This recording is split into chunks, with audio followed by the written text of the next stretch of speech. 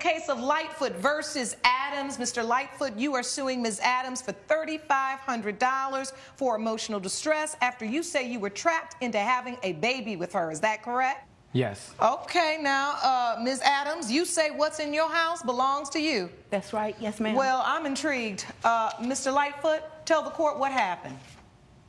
Yeah, like you said, Your Honor, I'm suing Tanya for theft and emotional distress for $3,500.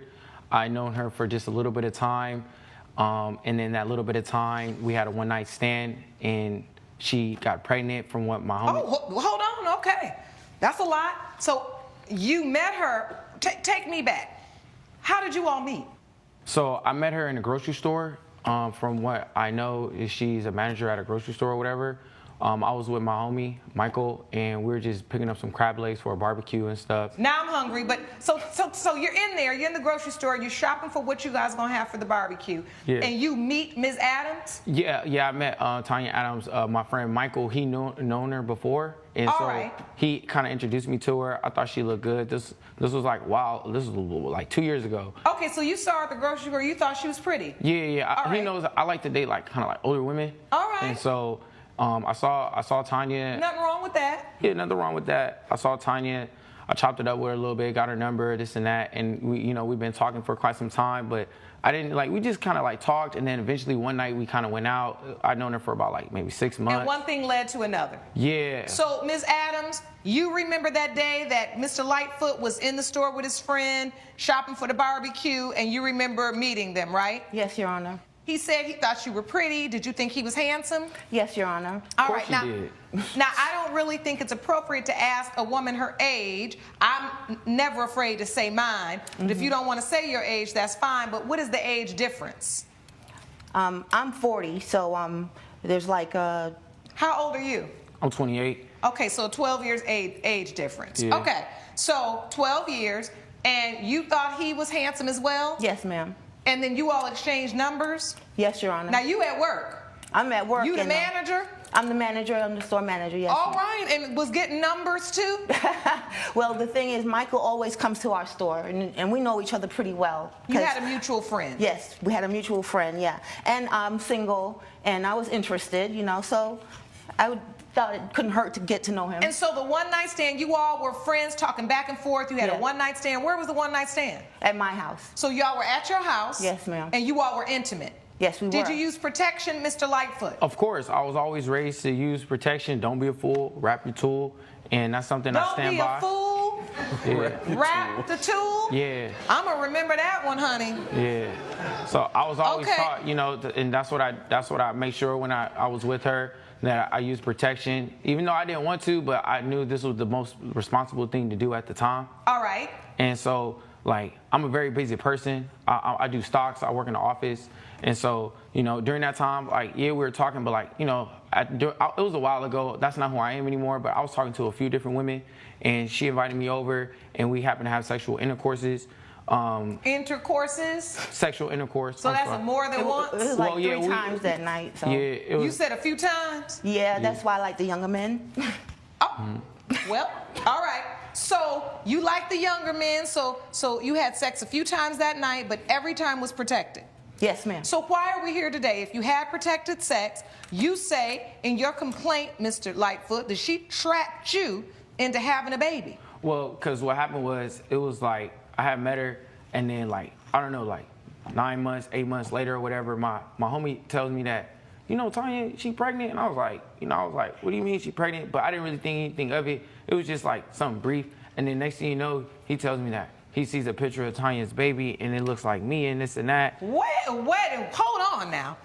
So after you all have this one-night stand, it was like a real one-night stand where y'all didn't even talk anymore. Yeah, because I was very busy, and like I said, during that time, Your Honor, I was talking to a few different women. And he just stopped talking to me altogether. He totally ghosted me. The age gap, the desperation, the one-night stand.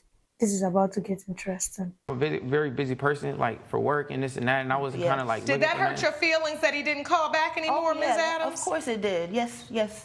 And see, that's why I always tell women, please watch out for these one-night stands, because I don't know what it is today. young women always want to convince themselves, oh, what the man can do, the girl can do. I let and her know I get all what of it that. was. But somehow when we get in these situations, am I right, ladies? We do not like real one-night stands. We get offended when you don't call back, and the one-night stand, that's technically what it is. Mm-hmm. Am I allowed to say hit it and quit it? I think so. I said it, but I mean this with sincerity. If you don't want to have that kind of relationship, be very careful entering into situations where that's what you get, because then the man moves on, you say he ghosted you, your feelings are hurt, but you really wanted him to call back because you were interested in having more of a dating, continuous relationship. Is that correct? Yes, Your Honor, which is what the impression I got was going to be, we're going to have a relationship. I didn't know he was just going to just... Well, how you get that impression? You didn't even get invited over for the crab leg. Exactly, Your Honors. Delusional. No, not delusional. No, I'm really not even being mean. My point is this. It's also about in the courting and you understanding what it was about. Did you all used to date outside of the bed? Like, did you all go out on dates before this? Never. I talked to her small talk, like off and on here and there, and then it was just one night I just happened to invite her out. Let's go out, have a good time, have a few drinks. She invited me over to her crib, have more drinks, and that just led to something else, you know? And I had so now, told her I gotta ask you, Mr. Lightfoot, before I move on, because I already know what's going on here. Were you kind of giving her an idea that perhaps this could be more than a one-night stand? Were you doing some sweet talking to try to get her in the bed? Don't hate the play, hate the game. Yes, you know what I'm saying? So you got all the same. answer is yes. Well, like at the end of the day, I felt like I kind of kept it real with her. I kept it a buck. I was kind of telling her, like, she was telling me that she wanted a family, but I was telling her, I did want a family, but not right now. Not at Okay, so you all had time. these conversations. Yeah, we kind of talked about it a little bit. Not right now. I didn't really want a relationship. I told him exactly how I felt. So take me to this whole baby thing. So you have a one-night stand where you use protection, and what happens? Well, how'd the baby come? He dozed off. I went ahead and took his condoms out of the trash, and I used a syringe and inserted his sperm inside of me. I looked it up online. I see how to do it. This is my property, man. You left it in my house. That's my property. It's your You're so saying I leave my wallet at your crib. Now it belongs to you. You gonna start taking my cards and start spending my money just because it's at your crib? Yo, wait a minute, Ms. Adams. Now that rationale, that line of thinking. So you said to yourself, he left. And the condom is still in the trash can. You didn't flush it down the toilet? No, he dozed off. No, that's a lesson you learned. Yes, you're right, Your Honor. You was today years old when you learned that. I was young and dumb. I should have listened to my mom. She always told me, if you go somewhere, take all your belongings with you when you leave. You know and the I risks should have never left my condoms the risks there. involved in the first place. All right, so hold on. Now I want to understand this. So you're saying he left the condom, but it was in the trash, and you just took it upon yourself to say, well, you know what? If he left it behind, then it's mine. Well, nasty. See, I got sayings too. Your Honor, I was previously married a few years back, and I had 2 miscarriages, and everybody that know me knows how bad I want a child, okay? And my time is short. Okay, at this age, I need to hurry up and have my child. Your clock is ticking. You got that right. Almost topped. Yes. I got it. I had my son at 41, so I do understand that. So I had my opportunity. I saw my opportunity and took it. I decided I wanted a baby. Okay, so you testified in open court that you saw an opportunity with some sperm from a young man still in your trash, and you decided you were going to take it. Yes, ma'am. You know that sperm jacking is a thing, don't you? Yes, it is. I never heard of that. You just said you looked it up. Well, I looked it up on the internet, but I didn't know it was a thing. So when you looked it up, you should have looked up to see that this is really happening and it's an issue. Yes, Your Honor.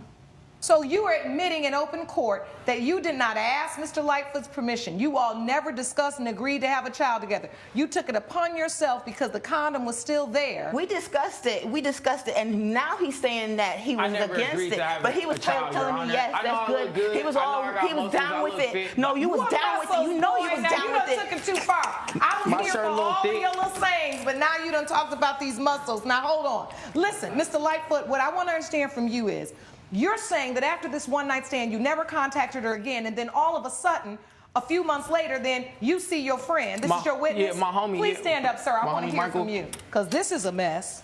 Hello, Your Honor. How are you doing? Please state your name for the court. My name is Michael Lofton. All right, Mr. Lofton, how do you know Mr. Lightfoot? I know Stewart from college. You know, we played football together. He was my quarterback.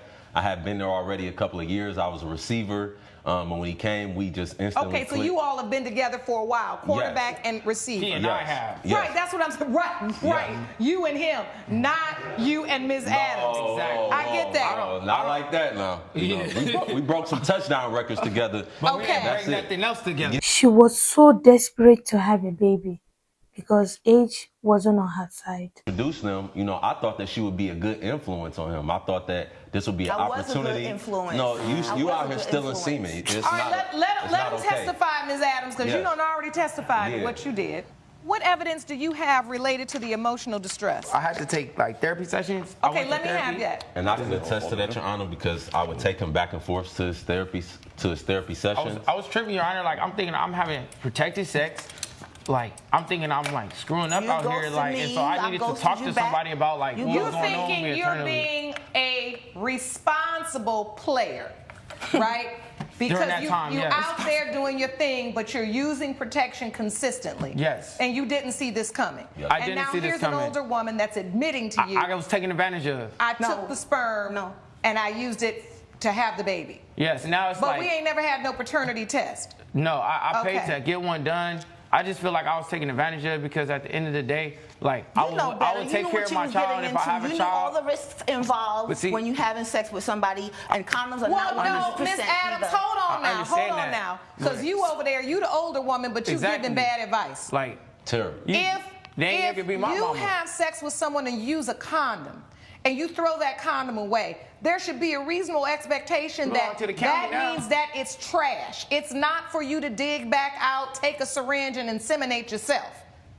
That's called sperm jacking. That's why I asked you, did you read about it? And you know you did. That's how you know how to do it. She planned this. You Your should have Honor. also read that that's against the law to do that. Sperm jacking is a big thing. But why is the guy acting so self-righteous? The lady never bothered him with child support or anything. So why is he throwing a big fit and even suing? Why going to therapy in the first place? What exactly was the problem? In life, these life lessons are here for you to learn. I say all the time, your mistakes do not have to define you. They can refine you. That is for you, Mr. Lightfoot, and for you, Ms. Adams, because you know you wrong as the day is long. You ain't even making no sense. Now, my biggest question here is you had the paternity test, and thank goodness the court was able to retrieve those results, because I want to know if, in fact, Mr. Lightfoot is the child's father before I rule in this case. So with that said, let's get to these results. In the case of Stuart Lightfoot versus Tanya Adams, as it relates to the child born to Tanya Adams, Mr. Lightfoot. Your Honor, I'm willing to be a father if it's my baby. Like I don't want people to think. I don't even want her to think like if it's my child, then I'm willing to like stand up on my 2 feet and be a man and be a grown man. Because I don't want to be a statistic, another black father out here running around not taking care of his kid. Because I wasn't raised like that. I just feel like she hasn't given me that opportunity. I appreciate that. And in this case, it has been determined by this court that you are not the father. Wow.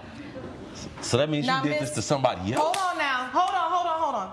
We're not at the club, so I'm let's sorry. not be dapping I'm up sorry. because this is very serious. Yes, ma'am. And while I understand that it is a relief to you, let's be respectful.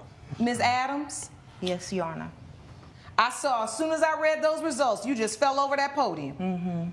There are certain seasons in our life when maybe we lose ourselves. Maybe we're so desperate to have a child that we do things that are outside of the bounds of decency and the law, right? Yes, Your Honor. And our moral compass. So after the whole lawsuit, the child isn't even his. Wow. So what will now be the ruling?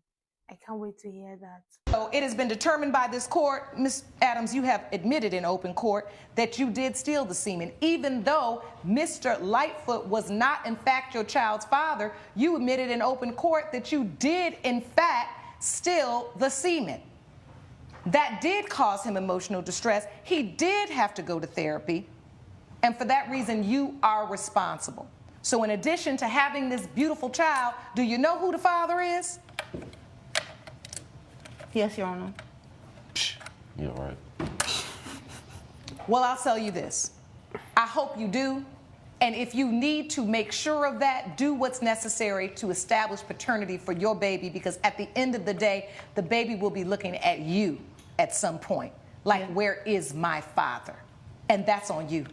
Okay? It has been determined by this court judgment for the plaintiff for $3,500. Court is adjourned. At the end of the day, she's gonna pay.